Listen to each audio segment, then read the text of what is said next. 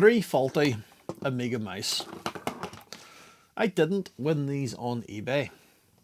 Not the first time anyway. That's because these things, well, I did try to get them, missed out on the auction, and then magically about a week later they reappeared.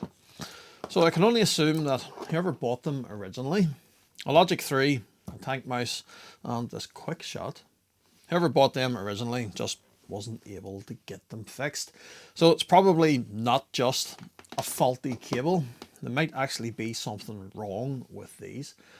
I was able to snag them the second time around. I think the 3 of them cost me about £27 all in, including postage, which isn't bad for 3 Amiga Mice, even if they are faulty. So let's spin around to the desk behind me and let's see if we can get them fixed. You've no idea how hard it was not to make some stupid joke about 3 blind mice, an old children's nursery rhyme. We wouldn't do anything silly like that here on CRG. So let's just take these apart one at a time. I suppose we'll start with the Logic 3 here and let's see how they run. One thing they all definitely do need is a really good clean, but we'll not waste too much time on that until we get them fixed. And is that potentially the problem straight away there? This wire is obviously broken off from one of these terminals, and indeed all the solder work on this is rather dodgy looking, isn't it? So someone has definitely been in here having a go. Could this one be just as simple as a bad wire? Yeah, I know I probably should have plugged it in to see what they're doing. Not much point with this one, I suppose, considering the wiring is in such a bad state. Now, we might need to figure out just where this white core goes in this plug here. But it's probably safe to assume that it is that middle pin there, which has lots of solder on it, but nothing connected to it. In fact, it looks partly melted there as well. So someone certainly thought that this was the issue at one point. I highly doubt it's going to be that simple, but I think what we'll do is just tidy up all of this solder work here. Everything looks fine in terms of this connection block. It's just this one that says L, M and R on it. So I'm going to assume that the green wire is going to the left hand mouse button. M would be for a middle mouse button, which this mouse obviously doesn't have. Although I think there was other Logic 3 3-button mice. So it probably makes sense, you know, they just have the one PCB for it. In fact, there's a position there for a middle switch, but obviously not populated, so that is not used. And then this white wire, which is going to R, that must be for the right hand mouse button. This switch here, by the way, that's while I'm waiting for the iron to heat up, that allows you to select between Atari or Amiga. 2 of these, as in the Logic 3 and the Quick Shot here, they are both selectable between Atari or Amiga Mice, so that will be handy. I'll be able to use these on my Amiga or on the ST. And that's because Atari and Amiga Mice are very similar. The only difference really is a pinout on the direction side of things. You've got 2 X and 2 Y signals, and I think the difference between Atari and Amiga is that the X and Y pins are crossed over. If you just plug an Atari mouse straight into an Amiga, it'll be like XY to XX and vice versa. And that's all that switch does. All that's doing is flipping them over. So it's either XXYY to Amiga or XXYY to the Atari. Something like that anyway. But yeah, we'll just remove the PCB. It's just this clip here holding it in. And then I'll just grab this in the little mount I have so we can work with it easier. Yeah, that is all of the nasty. And I think what I'm going to do here, I'm just going to remove that pin header. I don't really see the point in that being there. I mean, yeah, you can disconnect that set of wires. I assume there must have been a similar socket arrangement over here with just these 3 wires in it. But I mean, are you ever really going to need to disconnect the wire? So what we'll do is we'll just pull that off and make those wires off directly onto the PCB. Just pulling these pins out one at a time. Just using the tweezers to do that. It's a single-sided PCB this, so it's dead easy to desolder things on it. And then a little bit of braid should just clear up those holes.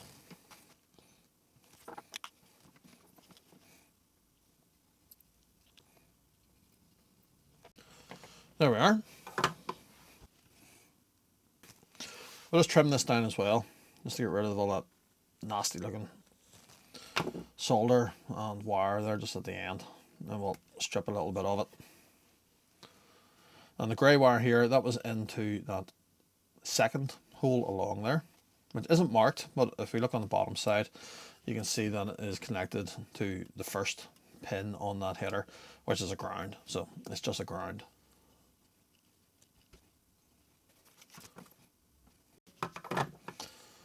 That's one. And then we said that the white here was most likely connected to the right pin position, so that's what we'll do. In fact, we could test that theory, couldn't we? In fact, we probably should test that theory before we do anything else. So let's get a pin out of an Amiga mouse port. So I taped a bit of wire just to the black probe here from my multimeter. Right hand mouse button would be pin 9, which is that bottom left one there, just looking at the plug. I can stick the wire into that hole, and that should be a short through to there, if we're right. And yeah, that's definitely the right hand mouse button. I suppose while we're testing things then, the left hand mouse button would be pin 6, which is the opposite bottom corner. And then in theory it should be this green wire, which it is. The vertical and horizontal pulses then, we may as well just test the rest of this wire while we're at it. So one of the vertical pulses is on pin 1 there. And I'm assuming it's going to be one of these. Although I'm maybe not making a connection there. Hey, have we maybe found a problem? Is this wire maybe dodgy? Yeah, there's nothing reading there at all. So that doesn't seem right. Let me just try the rest of these. Pin 2, which should be one of the horizontal signals. Yeah, that one's alright. Pin 3 then is the other vertical signal. Let's see if I can find it. Yeah, that's okay. Pin 4 is the other horizontal signal. And that's there okay. Pin 5 would be a middle mouse button, which isn't in use anywhere, so we shouldn't find that anywhere here. No, we don't. But there is potentially a problem with that wire then, because pin 1, we weren't reading anything with that. Yeah, we're not. So I suspect what is maybe the problem with this mouse is that it goes left and right. The two mouse buttons probably work, but it doesn't go up and down. So we've got the 1200 out. Amiga test kit is ready to go. Let's power things up. Go to the controller port tests, F4. We can just test this like this. We'll do the buttons first. So left, that's working, and right, that's working. Horizontal movement then, which would be on this wheel. Yeah, that's working. But because we've got that broken wire, vertical isn't going to work, no. But the fact that the dot there is sort of bouncing about a little bit, that makes me think that the logic on here, it's all okay. It's just going to be that broken wire. Question is though, where is it broken? You know, is it broken just here? Or is it broken at this end? Or could it be so simple as it's broken there? See the way the sheath of that has been partly cut and the cables are nipped inside. I mean, we're going to have to cut their tails off anyway. Not with a carving knife, just with the snips though. So we'll cut that just beyond that point. I'll get this outer sheath off that. And let's see, what colour wire was it? Well, we don't know what colour wire it was actually, sure we don't. We just know that it was pin 1 on this side. Okay, I've got that wire stuffed into pin 1 there again. So let's see if we get any connectivity on any of these this time. Ooh, brown wire. Yep, that's more or less dead short. So this should then work. If we now make off all of that onto this PCB, must be a break in that brown wire between there and there, probably at that point. So give me a second just to clear those holes again. As I said, I'm going to pull that pin header off that and just make the wires directly onto it, as I think ultimately in the long run that'll just be the better solution. Seems as if somebody has reflowed that switch before in the past, so I'll maybe just reflow that as well. Some of the solder work on there looks a bit dodgy, possibly a dry joint there just in one corner of it. Give me a minute to do that and then we'll be back to test it again. Okay, that's the wire made off directly to the PCB now. We'll just test it like this again, because obviously everything needs a really good clean. But into Amiga test kit, F4. So mouse buttons, they still work okay, but what about the directions? Left and right, that's fine. Up and down, yep. We now have a working mouse. I do hope the other two are slightly more involved repairs. It does make you wonder why this was ever relisted, because surely even the farmer's wife could have fixed this one. Okay, I promise you that's the end of the silly nursery rhyme puns. So put this one back together again. Yes, does need a clean, but it is still working fine. Before we do anything though, and since the Amiga is still out, let's just quickly test the other two. So the quick shot, it's not moving at all, and it just has a left mouse button.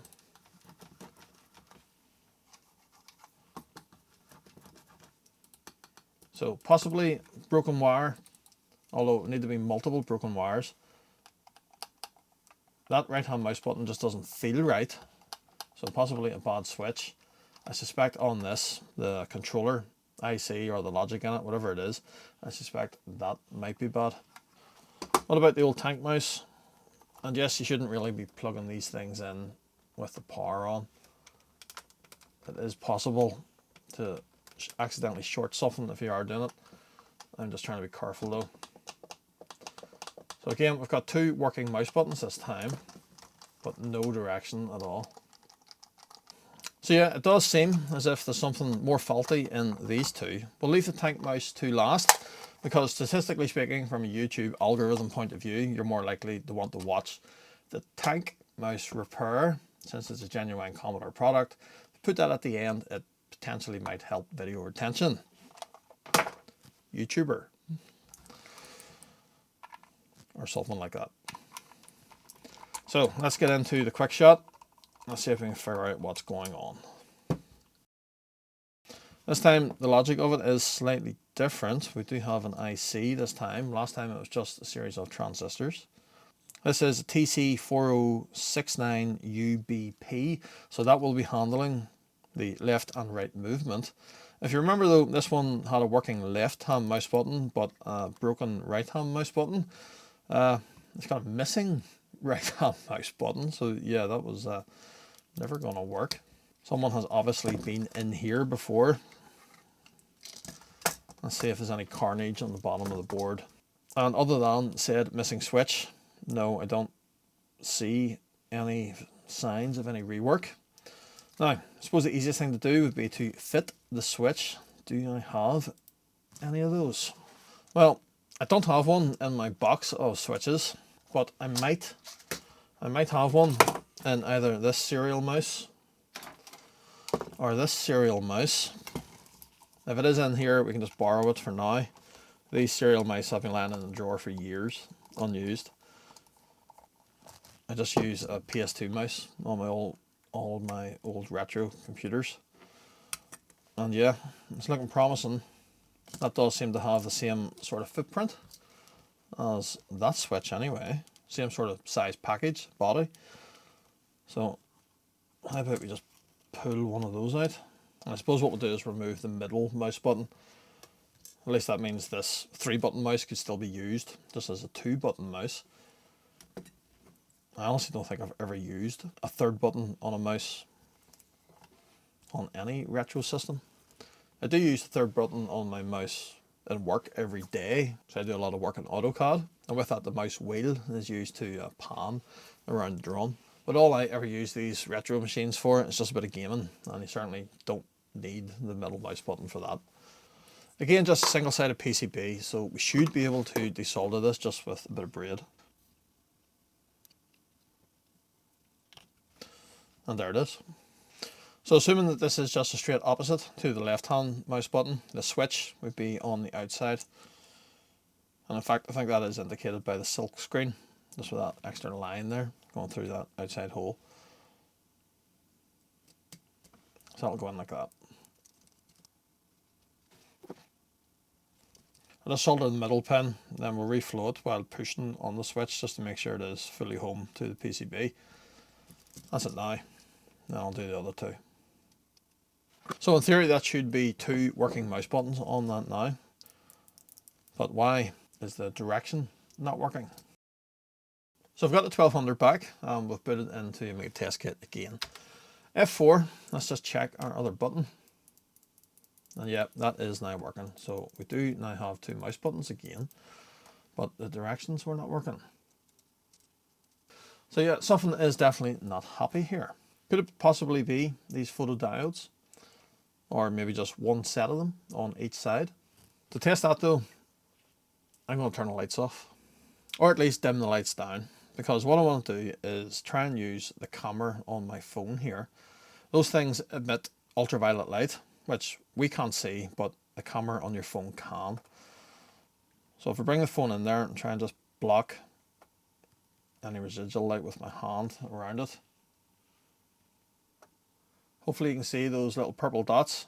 I think that means those 2 photodiodes are emitting okay. Now, there's nothing to say that the 2 on the other side are receiving okay. But at least we know those 2 seem to be working. And equally, those 2 on the other axis, they both seem to be working as well. So both sets of photodiodes are emitting okay. I mean, you can't assume that the receiving set are working okay, but you know, if the emitting ones are working, I would think it unlikely that a diode has failed on both sides, you know, to stop any movement whatsoever. So I'm wondering here, is the fault more likely to be this thing? Well, we're a few days later, it's because I had to order a replacement IC. But just before we do jump in and change that, can we prove that that's the problem? So if we look at the bottom of our PCB here, beside each of these wheels is the photodiodes. Now, the outside set there and the top set there, that's the emitting diodes that we looked at earlier through the phone's camera. The bottom set there and that inside set, that's the receivers. So if we go on to this pin, which is one of the receiving pins, and if I move the wheel, you can see on the scope those pulses. That's the movement being detected. So let's check the other one as well. Just hard to get onto that one and move the wheel at the same time. Yeah, there we are. I think that's okay. That seems to be working fine. On the other axis then, let's just try this as well. So again, that looks okay. And that looks okay. So the photodiodes, both emitting and receiving, are fine. Now, what about up here on the hex inverter, the 4069? If we follow that trace up the board here, running to that pin, there it is again on the scope. So the pin beside it then will be the output, and that's doing nothing. Yep, nothing at all. There's the input. That one should be the output. It's not working. Let's try this other trace. Oh, it's coming up to another component there. Probably, yeah, that's just bridged across the board to there. It's running to that point. There it is again on an input. That would be the output of it. And nope, it's not doing anything. Not right. Or would that one perhaps be the output? But again, it's not doing anything. So yeah, I'm pretty sure now that our hex inverter will be the problem here. Let's just try the other axis as well. So that was one of the outputs. We can follow that up to there. There it is.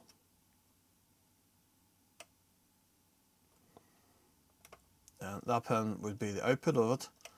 And yep, that one actually does seem to be working okay. You can see it's just the inverted levels of the input.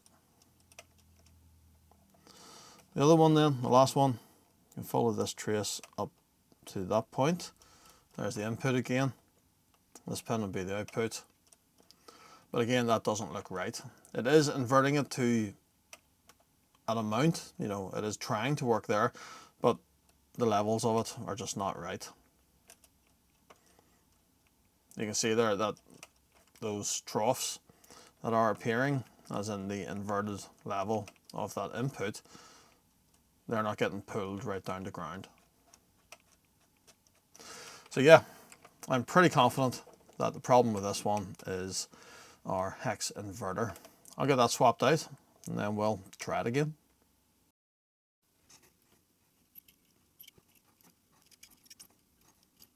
I'm only desoldering like this because this is another single-sided board.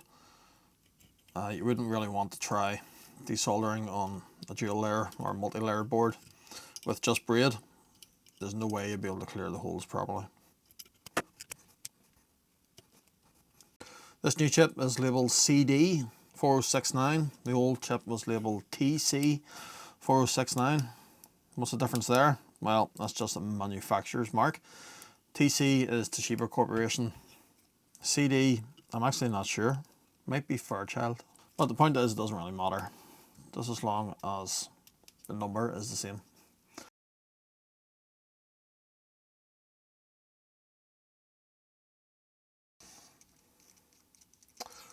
So yeah, no, that didn't fix it. Maybe that isn't faulty after all. Maybe there's something else on here. I mean, what else could possibly be bad? Bad resistor? I suppose we'll check them all. And we may as well check the wiring while we're at it. But yeah, I really thought that was going to fix it. Could potentially be this switch, you know. Since one of the X and one of the Y signals is routed through that switch and changed over to select between Amiga or Atari. Need to do a bit more investigation. Let's test that original chip in the TL866. And yeah, that is bad. That's okay. I was worried there that we had, you know, replaced the chip that had nothing wrong with it. But no, that is bad, as we thought. As we seen on the oscilloscope.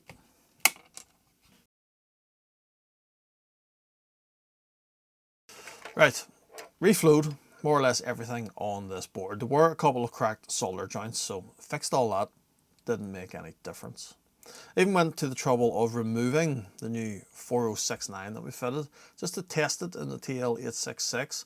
But yeah, it's fine, there's nothing wrong with that. So I was going back over the footage from the oscilloscope.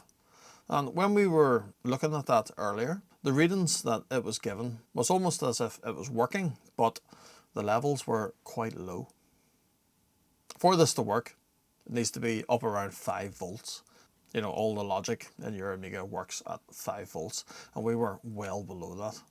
So, taking a look at the top side of this, there were 4 22k ohm resistors in here. They were pull downs.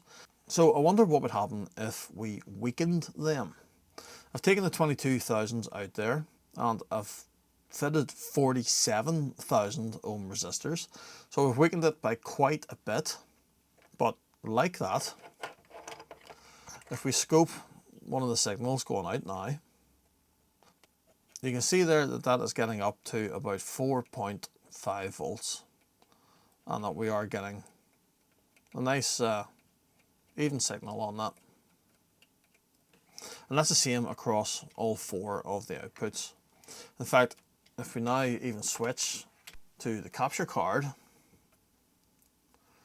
you can see that we do once again now have a working mouse. So what's the cause of that then? Obviously we've changed the circuit. I think the thing here is possibly these photodiodes.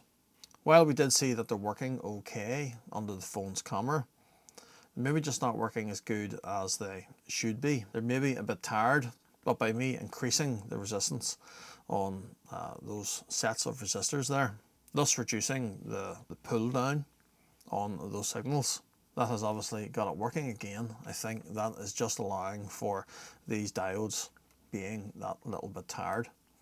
So it's working for now. How long it will work for, I don't know. I do have a replacement set of photodiodes, just one replacement set of them.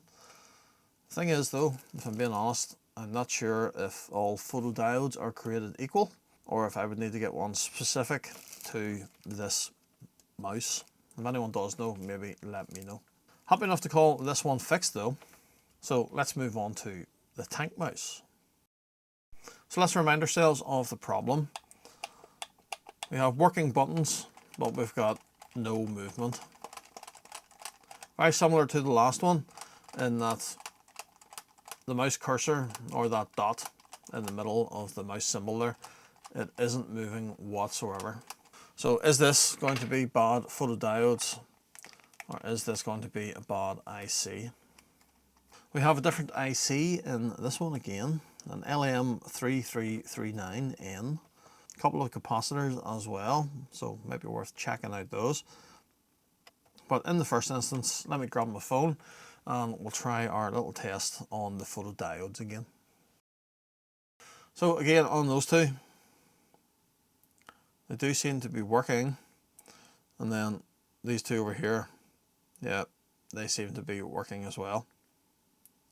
Of course, there's nothing to say that they're working to the correct level of brightness.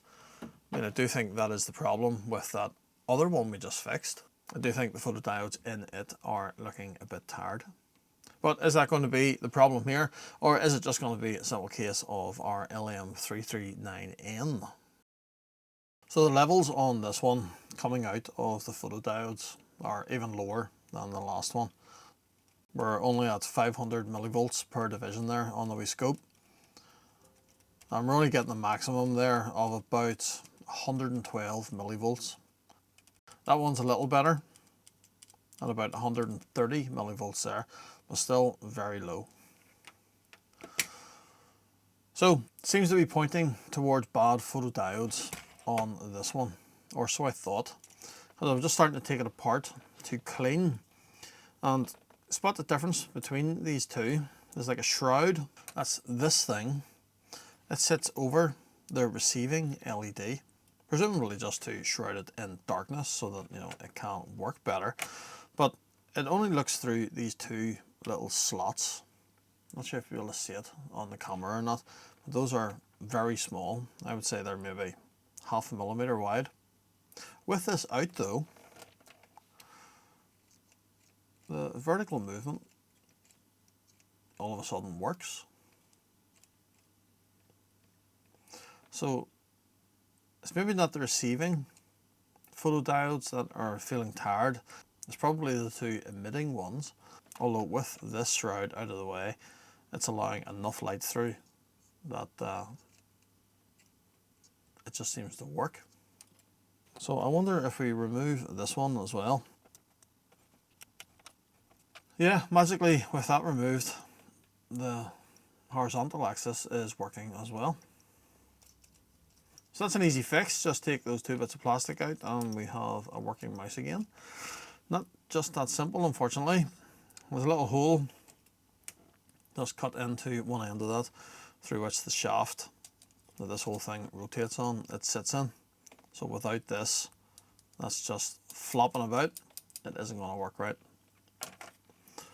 But if we look closely at the back of this, you can see like a hole through which there is that very small slot. And while I'm sure the correct course of action here is to replace those photo diodes, and I was very nearly going to do that with my new photo diodes here, although it turns out in this I only actually have 2 of the infrared ones. I would need 4, so can't do that. But what I'm going to try and do is just drill that out, just so the size of that hole there is fully open on both sides. Yeah, it's probably not the right thing to do, as I say, but I just want to see if this fixes it. So that's the horizontal one. It is still working there without this, but with that now drilled out, does it still work? Yeah, it does. So that's obviously just letting enough light through for those diodes to work. Let's do the same with this one then.